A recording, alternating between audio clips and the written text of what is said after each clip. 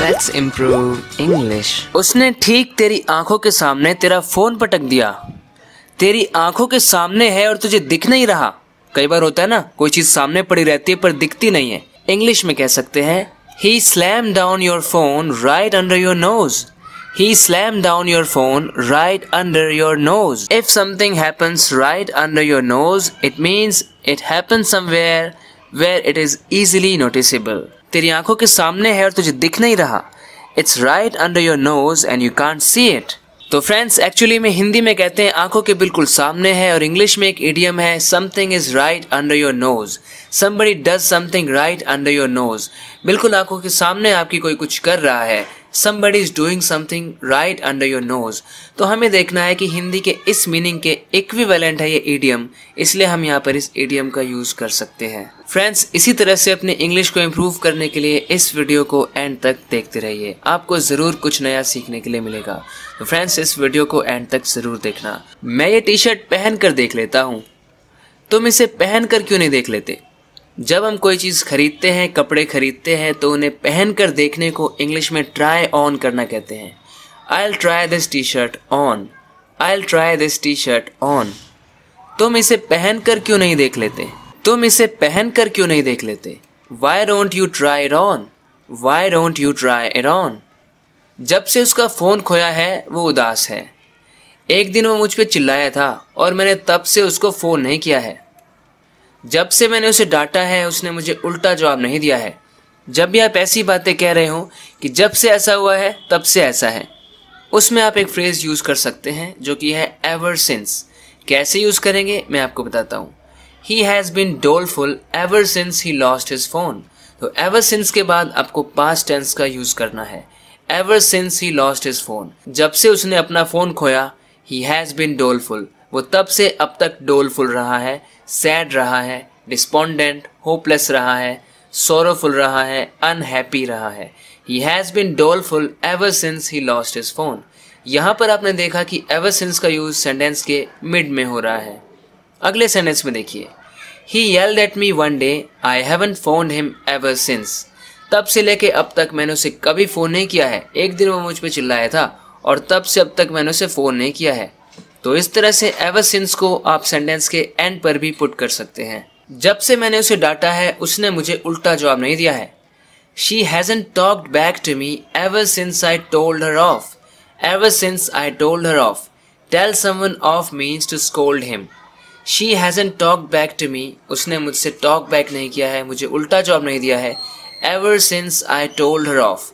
जब से मैंने उसे डांटा है। फ्रेंड्स, आप ever since से सेंटेंस को स्टार्ट भी कर सकते हैं। इसे कह सकते हैं Ever since I told her off, she hasn't talked back to me। She hasn't answered back to me। Ever since I told her off। तो फ्रेंड्स, ever since को आप सेंटेंस की बिगिनिंग में, एंडिंग पर या फिर मिड में कैसे भी यूज़ कर सकते हैं। हर एक तरह से समझाने के लिए मैंने आपको एग्जाम्पल दिए हैं। जब तक उसे नींद ना आ जाए वो टीवी देखता रहता है। जब तक मैं वापस ना आऊँ कहीं मत जाना। अब यहाँ पर मैं आपको ये चीज़ सिखाना चाहता हूँ कि बेशक हिंदी में हमें दिख रहा है ना यहाँ पर, जब तक नींद ना आ जाए, जब तक वापस ना आ जाऊँ, लेकिन इसे इंग्लिश में कहने के लिए हम until का यूज़ करते हैं। He keeps watching TV till he feels sleepy। अब आप सोच रहे होंगे कि मैंने बोला until लगा दिया till, तो बेसिकली ये दोनों सेम ही होते हैं। until और till के मीनिंग में कोई डिफरेंस नहीं है, बस स्पेलिंग का डिफरेंस ऑफ कोर्स। और till थोड़ा ज़्यादा इनफॉर्मल है जबकि until फॉर्मल है। He keeps watching TV till he feels sleepy। तो एक्चुअली इस until के अंदर ही नेगेटिव मीनिंग छुपा होता है, इसलिए इसके बाद आप नॉट नहीं लगाएंगे। बेशक हिंदी में नहीं है, जब तक नींद ना आ जाए। Till he doesn't feel sleepy कहेंगे तो गलत हो जाएगा, कहना चाहिए till he feels sleepy। He keeps watching TV till he feels sleepy। जब तक मैं वापस ना आऊँ कहीं मत जाना। Don't go anywhere till I do not come back कहेंगे तो गलत हो जाएगा, till I come back। क्योंकि till के अंदर ही या कहें until के अंदर ही नेगेटिव मीनिंग छुपा होता है। Don't go anywhere until I come back। वो ये बात कभी नहीं मानेगा। मुझे पता था कि वो ये बात नहीं मानेगा कि मैंने कुछ गलत किया है। वो मुझ पर बहुत भरोसा करता है। किसी का किसी बात को मानना, उस बात पर विश्वास करना। वैसे तो इसे बिलीव करना कहते हैं, लेकिन नेचुरली स्पोकन इंग्लिश में नेटिव स्पीकर्स ऐसे बोल देते हैं, he will never buy this, he'll never buy this, he'll never buy this।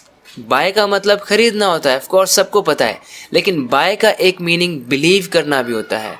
He won't by this मतलब वो इस बात को मानेगा नहीं, इस बात पर विश्वास नहीं करेगा। क्या आपको ये मीनिंग पता था? अगर आपको पता था तो कमेंट करके मुझे ज़रूर बताना। मुझे पता था कि वो ये बात नहीं मानेगा कि मैंने कुछ गलत किया है, तो इस तरह से भी मैं आपको सेंटेंस बताना चाहता था, तो मैंने एक सेंटेंस बनाया। I knew he wouldn't by the fact that I had done something wrong. I knew मैं जानता था, मुझे पता था। ही वुडंट बाय द फैक्ट यानी वो इस बात को नहीं मानेगा कि मैंने कुछ गलत किया हो, that I had done something wrong. अब फ्रेंड्स यहाँ पर भी हिंदी में हमें लग रहा है कि मैंने कुछ गलत किया है, लेकिन यहाँ पर बात एक्चुअली में पास्ट की हो रही है कि पास्ट में मुझे पता था कि वो ये नहीं मानेगा कि उसके पहले मैंने कुछ गलत किया हो, कोई उसे बता रहा हो, वो नहीं मानेगा कि मैंने कुछ गलत किया है। तो बात एक्चुअली में पास्ट की है कि पास्ट में मैंने कुछ गलत किया हो, कोई ऐसा बता रहा है, वो मानेगा नहीं। I knew he wouldn't by the fact that I had done something wrong. उसे अपनी बहुत चिंता हो रही है। तुम्हें अपनी इतनी चिंता करने की ज़रूरत नहीं है। यहाँ पर मैं आपको ये इडियम बताना चाहता हूँ। ही is looking over his shoulder. He is looking over his shoulder. Look over your shoulder, इसका मतलब होता है आपको अपनी बहुत ज़्यादा चिंता जब होती है, जब आप बहुत चिंता में है कि पता नहीं क्या बुरा हो जाएगा, क्या हो जाएगा, क्या ना हो जाएगा, बहुत चिंता हो रही है फ्रेंड्स, उसका मतलब होता है you are looking over your shoulder. He is looking over his shoulder. तुम्हें अपनी इतनी चिंता करने की जरूरत नहीं है, लोड नहीं है। You don't need to look over your shoulder. You don't need to look over your shoulder. So if you look over your shoulder, it means that you're worrying too much about yourself. You are worrying a lot about yourself. So friends, that's it for today. I really hope that you have learned something new, and if you have, make sure to subscribe to this channel if you haven't already. Thank you very much for watching this video lesson. I'll keep coming with more such video lessons and I'll keep improving your English as always. So thank you very much for watching. Take care and bye bye.